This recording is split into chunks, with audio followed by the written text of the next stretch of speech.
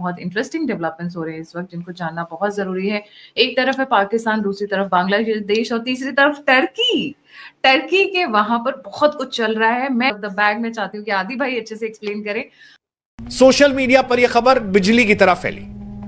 Twitter से लेकर YouTube तक हर जगह एक ही चर्चा थी, क्या भारत और तुर्की आमने सामने आने वाले हैं? न्यूज चैनलों ने हेडलाइन चलाई, इंडिया वर्सेस तुर्की, अ न्यू वॉर। इस्लाम दुश्मनी में हर रोज अपनी हद पार कर रहा है और इस बार वो हद पार कर दी है जो माफ नहीं की जा सकती। इस बार शान में गुस्ताखी की कोशिश की गई है। जफर हिलाली साहब साबिक सफीर हैं बॉश का सर, ये और अब सर उस हस्ती की शान में गुस्ताखी की जा रही है। मोदी सरकार चाहती क्या है सर? और अगर इस हद तक गिर जाने के बाद भी आपको लगता है मुस्लिम ममालिक कोई ऐसा एक्शन लेंगे जिससे आइंदा ऐसा करने की कभी हिम्मत ना कर सके भारत? एक बार फिर से तुर्की ने अगर भारत को घेरने की कोशिश की तो भारत ने भी उसकी सारी अकड़ एक झटके में ढीली कर दी कि तुर्की कैसे भारत के प्लान में बुरा फंस गया है। स्टार्ट करते हैं टर्की वाले से, क्योंकि वो सबसे इंटरेस्टिंग है जी। देखिए, टर्की का प्रॉब्लम है कि 1914 में भारतीय सोल्जर्स ने उसकी पिटाई करी, हाइफा से निकाल के बाहर फेंका। इस बार हाइफा के मेयर ने भी उसको एग्री किया। फिर वर्ल्ड वॉर 2 में, यूरोपियन वॉर 2 में भी भारत ने पिटाई करी।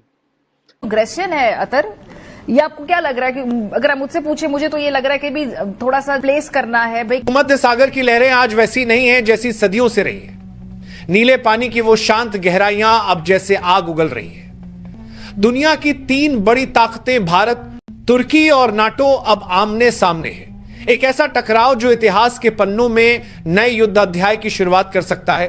कभी सिर्फ एक समुद्री इलाका समझे जाने वाला भूमध्य सागर अब युद्ध की आग में झुलस रहा है। तुर्की के राष्ट्रपति एर्दोआन को यकीन था कि कोई भी देश उनकी अनुमति के बिना यहां कदम नहीं रख सकता, लेकिन भारत ने दिखा दिया कि 21वीं सदी का भारत किसी से डरने वाला नहीं है। भारत ने साफ साफ कह दिया कि भूमध्य सागर किसी का बाप दादा की जागीर नहीं, बल्कि एक इंटरनेशनल वाटरवे है। इस बयान ने तुर्की की नींव हिला दी। तुर्की को यह लगा कि भारत उसकी ताकत को चुनौती दे रहा है, और तभी से उसने एक बड़ा दांव खेलने की कोशिश की। उसने नाटो को फोन लगाया, वही नाटो जो अमेरिका, ब्रिटेन, फ्रांस और दर्जनों शक्तिशाली देशों का सैन्य संगठन है। तुर्की ने रोते हुए शिकायत की कि भारत भूमध्य सागर में उसकी सीमा के पास सैन्य गतिविधियां कर रहा है। उसने नाटो से मदद मांगी, भारत को रोकिए, नहीं तो वो हमारे रास्ते में बाधा बनेगा। और बस यहीं से कहानी ने ऐसा मोड़ लिया जिसने पूरी दुनिया की नजरें इस सागर की लहरों पर टिका दी।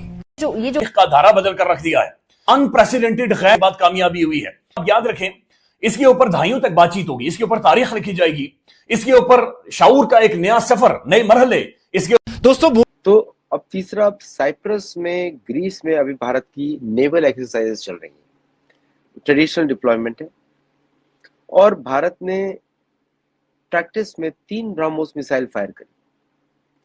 और अब नेवल एक्सरसाइजेस हैं तो ऑब्वियसली फ्रांस, यूरोपियन कंट्री, सबको मालूम था कि भारतीय शिप्स कहाँ आ रहे हैं, कहाँ जा रहे हैं।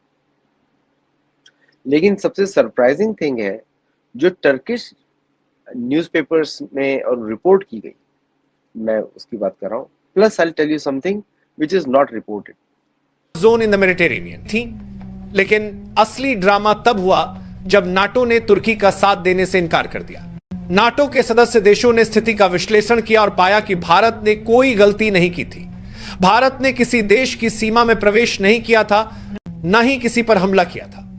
भारत बस अपने इंटरनेशनल व्यापारिक रास्ते से गुजर रहा था, वही रास्ता जिससे हर देश गुजरता है। नाटो ने तुर्की से पूछा, क्या तुम्हारे पास सबूत है कि भारत ने हमला किया? तुर्की के पास कोई जवाब नहीं था। अमेरिका ने कहा तुर्की ने पहले भारत को उकसाया। ब्रिटेन ने कहा अगर हमला हुआ है तो उसका प्रमाण दो। जर्मनी ने कहा हम तटस्थ रहेंगे। और फ्रांस ने तो साफ कह दिया तुर्की ने अगर भारत को छेड़ा है तो नतीजा भुगतेगा भी। यह सुनकर तुर्की की हालत पतली हो गई। जिस नाटो पर उसे भरोसा था, वही नाटो अब भारत की तरफ खड़ा था। तुर्की को लगा था कि नाटो उसे बचा लेगा, लेकिन नाटो ने उल्टा सवाल पूछ लिया, तुर्की तूने किया क्या है? अब तुर्की के पास कोई जवाब नहीं था। नाटो ने भारत को निर्दोष माना और कहा कि भारत ने सिर्फ अपने रास्ते की सुरक्षा की है। इससे तुर्की को झटका लगा, क्योंकि अब उसका भारत को फंसाने का प्लान धूल में मिल चुका था। इस झटके के बाद तुर्की के राष्ट्रपति एर्दोआन का आपा खो गया। उन्होंने नाटो पर आरोप लगाया कि नाटो भारत के आगे झुक गया है। गुस्से में उन्होंने कहा कि अगर नाटो ने हमारा साथ नहीं दिया तो हम अपनी सदस्यता वापस ले लेंगे। लेकिन असलियत यह थी कि अब नाटो को तुर्की पर भरोसा नहीं रहा था। नाटो जानता था कि तुर्की अपनी मनमानी कर रहा है और उसके कदम अंतर्राष्ट्रीय नियमों का उल्लंघन है। इस बीच भारत के पक्ष में रूस और इजराइल खुलकर सामने आ गए। रूस ने चेतावनी दी कि अगर तुर्की ने भारत पर हमला किया तो रूस भी युद्धपोत भेजेगा। इजराइल ने कहा कि अगर कोई देश भारत को धमकाएगा तो हम भारत के साथ खड़े होंगे। अब तुर्की पूरी तरह अकेला पड़ चुका था। उसके पुराने सहयोगी भी उससे दूरी बनाने लगे। सऊदी अरब, ईरान और इराक ने बयान जारी किया कि हमारा इस संघर्ष से कोई लेना देना नहीं। यह बयान तुर्की के लिए किसी चांटे से कम नहीं था। अब तुर्की बौखला गया। उसने अमेरिका से मदद मांगी, लेकिन अमेरिका भी चुप रहा। अमेरिकी राष्ट्रपति ने साफ कह दिया कि वे इस विवाद में नहीं पड़ना चाहते। पहली बात तो यह है बीबी कि आप लोगों को पता था 2014 में जब मूडी हिंदुओं से इलेक्ट होके आया था कि इससे पहले उसने 2000 मुसलमानों को कत्ल किया और वो कत्ल रिपोर्ट हुआ यूनाइटेड नेशंस में और उसका नतीजा ये हुआ कि अमेरिका ने उसको एंट्री बैन कर दिया। मूडी का जेनोसाइड था, 2000 लोगों को, मुसलमानों को कत्ल किया जी। और उनमें कुछ ऐसे भी लोग थे एमपीएस गुजरात में 2002 में जिनको अपने फैमिलीज के आगे कत्ल किया गया और एसपी ने कहा कि हमें ऑर्डर्स हैं चीफ मिनिस्टर के कि हम दखल ना दें और उनके सामने वो लोगों को कत्ल कर दिया था। क्या ये नहीं पता था? बिल्कुल पता था जब वो आया था। मगर मैं ये जानना चाहता हूं कि ये जो आदमी मुसलमानों को नफरत करता है, ये जो उसके पार्टी में रिक्रूट और प्रमोट करता है उस बेसिस पे कि ये मुसलमान के खिलाफ है कि नहीं, इस आदमी को अरब्स ने क्या किया? क्या आपने उसको ओआईसी से निकाला जिधर आप हिंदुस्तान को ऑब्जर्वर स्टेटस दिया है? नहीं। इससे पहले 10 साल 8 साल हो गए हैं मूडी का, इससे पहले आपने कुछ कहा है मूडी के बारे में? नहीं, आप तो उधर इन्वेस्ट कर रहे हैं। आज आपने कहा है कि पाकिस्तान, कुवैत, सऊदी अरेबिया और कतर, क्या यूएई ने कंडेम किया है? क्या यूएई ने आके एक स्टेटमेंट दिया है? और सऊदी अरेबिया का स्टेटमेंट एक पैराग्राफ। इससे बड़ा क्या हिमाकत हो सकता था मुसलमान इस उम्मा पे? और आप एक पैराग्राफ, और आप यूएई तो कुछ अभी तक कहा ही नहीं है। तो इसका क्या मतलब है? क्या मतलब है?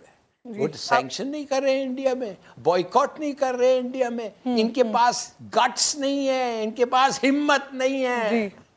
और तुर्की के बीच में हाल ही में कूटनीतिक और सामरिक तनाव काफी बढ़ गया है। तुर्की लंबे समय से भारत के विरुद्ध पाकिस्तान का समर्थन करता आ रहा है और हर अंतर्राष्ट्रीय मंच पर भारत के विरुद्ध आवाज उठाता आ रहा है।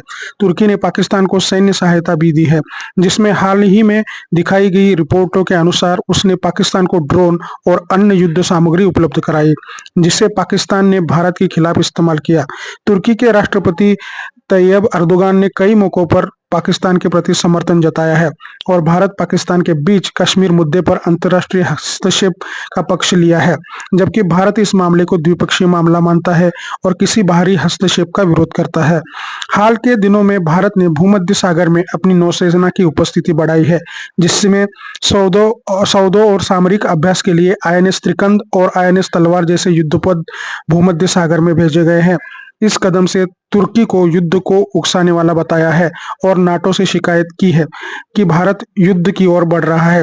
हालांकि नाटो के अन्य सदस्यों ने तुर्की की इस दलीलों को गंभीरता से नहीं लिया है और कई ने उसे चेतावनी भी दी है कि अगर तुर्की ने भारत के खिलाफ यह रणनीतिक कार्रवाई बरती तो उसे नुकसान हो सकता है। इसके साथ ही भारत ने भूमध्य सागर में तुर्की के करीबी देश जैसे कि ग्रीस, साइप्रस, आर्मेनिया के साथ मिलकर सामरिक साझेदारी मजबूत की है, जिससे तुर्की की क्षेत्रीय ताकत और चुनौती पैदा हो गई है। भारत ने आर्मेनिया को पिनाका रॉकेट सिस्टम, आकाश एयर डिफेंस और ग्रीस को लंबी दूरी के मिसाइल सप्लाई करने की भी योजना भी बनाई है। दोस्तों, तुर्की का पाकिस्तान समर्थन और कश्मीर मुद्दे पर बार बार हस्तक्षेप की कोशिश भारत के लिए चिंता का विषय है। वहीं भारत अब कूटनीतिक एवं सैन्य उपायों के जरिए अपनी सुरक्षा और क्षेत्रीय प्रभाव को बढ़ाने पर केंद्रित किया है। इस प्रकार तुर्की पाकिस्तान साझेदारी और भारत की सैन्य और कूटनीतिक गतिविधियां भूमध्य सागर में नए तनाव का कारण बनी है। दक्षिण एशियाई और अंतर्राष्ट्रीय राजनीति में एक महत्वपूर्ण मोड़ है। ये घटनाएं भारत और तुर्की के संबंधों में बढ़ती जटिलताओं का परिचायक है, जहां दोनों देश की नीतियां और रणनीतियां सीधे आमने सामने आ रही है। तो दोस्तों, आपका इसके बारे में क्या ख्याल है? आपको क्या लगता है? ये कमेंट में जरूर बताइएगा। चैनल पर नए हैं तो सब्सक्राइब करके बेल आइकन जरूर दबाइए ताकि अगली वीडियो की नोटिफिकेशन आपको मिलती रहे। आज की वीडियो में यही रुकते हैं, मिलते हैं और एक नई धमाकेदार वीडियो के साथ। तब तक के लिए जय हिंद, वंदे मातरम।